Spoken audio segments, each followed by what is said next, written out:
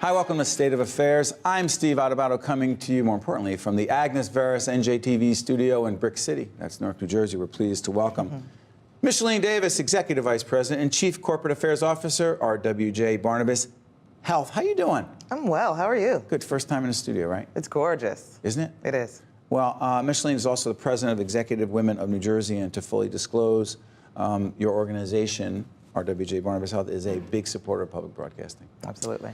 Now that we have that out of the way, let's talk about Newark. We are in Brick City. We're in Newark.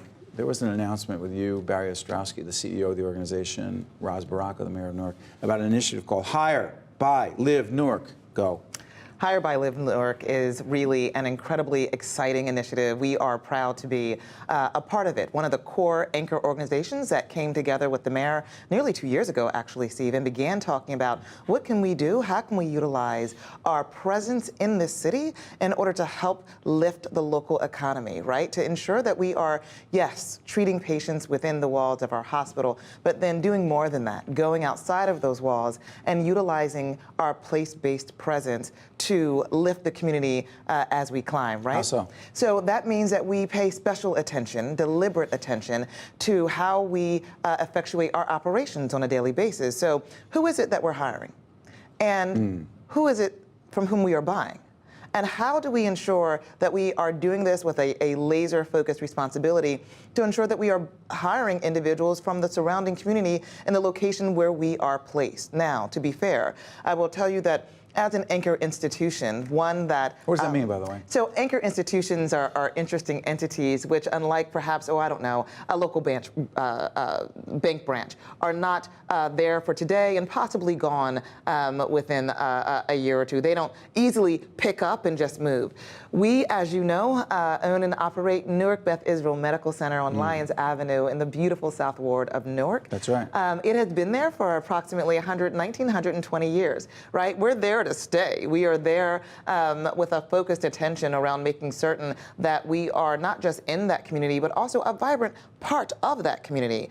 And so how much more sense would it make if, in fact, we were also very deliberate about ensuring that we're hiring the individuals who live right within that community? Is there a clear goal there? Absolutely. So we have already announced the fact that as a result of our partnering with the City of Newark and others that we plan on, that we are committed to, that we have promised to hire 350 residents of the City of Newark. Now, I will tell you this, Newark Beth Israel Medical Center has about 3,200 employees, but we're not looking at just hiring at Newark Beth Israel. You know, Clara Mass Medical Center, where Mary Ellen Klein is the president and CEO, is also an entity part of the system. Part of the system, part of the RWJBH system, is also an entity that treats... But also borders on Newark. Absolutely, the North Ward. And so they treat a large segment of the Newark community. And so between, at the very least, these two organizations, we clearly plan on making certain that we are hiring individuals with deliberate thought who live within this particular city. Now, what's interesting there is at Newark Beth, you know, we initiated a program. It was entitled Hire Newark in partnership with the mayor and the Centers of Hope. But that program in and of itself is not just what we're talking about. Newark 2020, which is part of the Hire by Live local initiative, really is about making certain that we are hiring individuals who, like that program, have been unemployed or underemployed for a long period of time in order to help them get back into the workforce. Absolutely, right? So we surround them with coaches and others who help to make certain not just that we're training them about soft skills and then technical skills, but also providing them with post-employment coaching once they land in a particular job. Newark 2020 does more than that. It literally, of course, includes that segment of society. But listen, one of our first hires is an individual who presently works for me in social impact and community investment as a project manager. She is in and of Newark. She was born and actually in another country, but lives here now, speaks 3 languages, went to Drew University undergrad and the London School of Economics for her master's, lives in Newark and now works for me in driving our continued commitment in this space for that city. So the other part of it, I just want to be clear on this in time we have, buy Newark. Yeah. So buy Newark is almost my favorite part, right? Don't tell anybody. That is because of the fact that we are able to utilize, yes, an opportunity to ensure that what a study found in 2014, which was the fact that most of the anchored affiliated institutions in Newark probably have a spend of about 3% in Newark, but that if most of the money's going out of Newark. You got it, my friend. So that economic stimulus is flowing outside of the region. Rather, that if in fact we were just to increase that from 3% to 10%, we would literally create an infusion of $33 million. So that's why more jobs, right? A much more stable economy. But there's more to this, right? That doesn't mean, Steve, that we're just looking for those entities that are already up and able to vend with an entity of our size. Listen, we're the largest in the state. What we get is that if, in fact, we vend with a small company, we may very well put them out of business. It's very difficult to scale up overnight. So we want to make certain that we're also paying attention to what it is that they would need in order to build that capacity to then vend. Is that the role of a healthcare organization? Listen, I'm going to tell you absolutely. So here's the rub, right? Studies have evidenced the fact that 80% of health outcomes do not come necessarily as a result of your time on a doctor's table, but rather from the social determinants of health, which are all of those things that, quite frankly, keep you up at night. It is whether or not you are economically secure. So do you, in fact, have job security? Do you have enough food to make it through the month?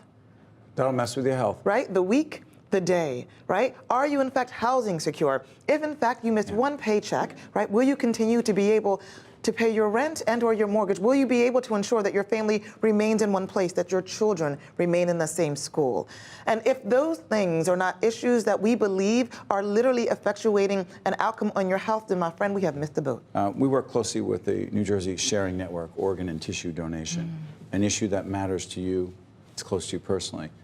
Organ and tissue donation in the African American community. Yeah.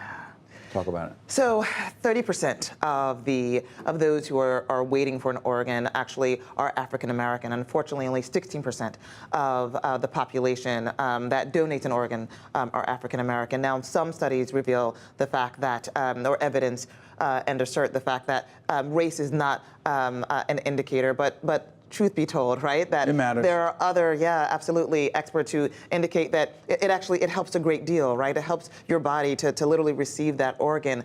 Steve, you know that this is special to me because of my family. I have an uncle who had a son who was my favorite cousin. I am the godmother of his children. He was the chief of trauma surgery at St. Joe's in Passaic, which is not a part of the RWJBarnabas system. So we had a lot of competitive cousin fighting over that for a long time. He was a brilliant trauma surgeon. He was also a trauma surgeon who harvested organs and would oftentimes wax poetic about the incredible need that he saw within this African American community. He, unfortunately, himself, while treating patients, suffered a major stroke. And Steve, as you know, we lost him. We lost him at the ripe old age of 43, with 3 children, all under the age of 10. His youngest of which was 5 months at the time.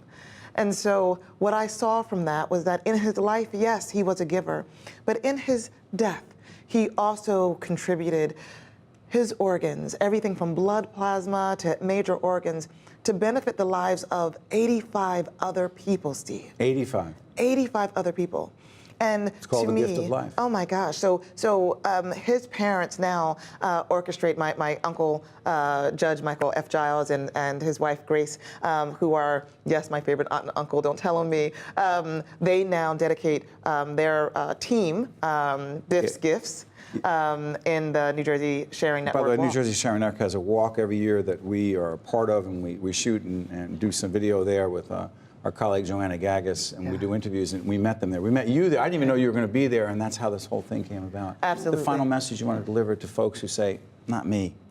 So 2 things. One, there's a reason why so many African Americans do not do organ donation, Steve, and a lot of it has to do with a history of the treatment of African Americans by the clinical medical profession, right? So we understand that. I want to make certain that folks understand that we understand that there's a level of distrust earned as a result of everything from the syphilis experiment to the science, the way in which the science of gynecological and obstetric medicine was literally developed on the literal backs of black female slaves. So I am sensitive to that. That being said, we also need to make certain that we are well informed now about the fact that our community members right now are in great need. I have a beloved friend whose mother needs an O-positive blood type kidney donation, right? We are all standing in the gap, praying and hoping that someone comes forward. So really, to that community, to my community, to this extended family, I have to say, please give.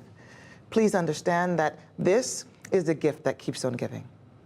Michellene Davis is Executive Vice President and Chief Corporate Affairs Officer at RWJBarnabas Health. Thank you for sending a powerful message on a variety of fronts. Thank you, my friend. Thank you. This is State of Affairs. I'm Steve Adubato. We'll be right back.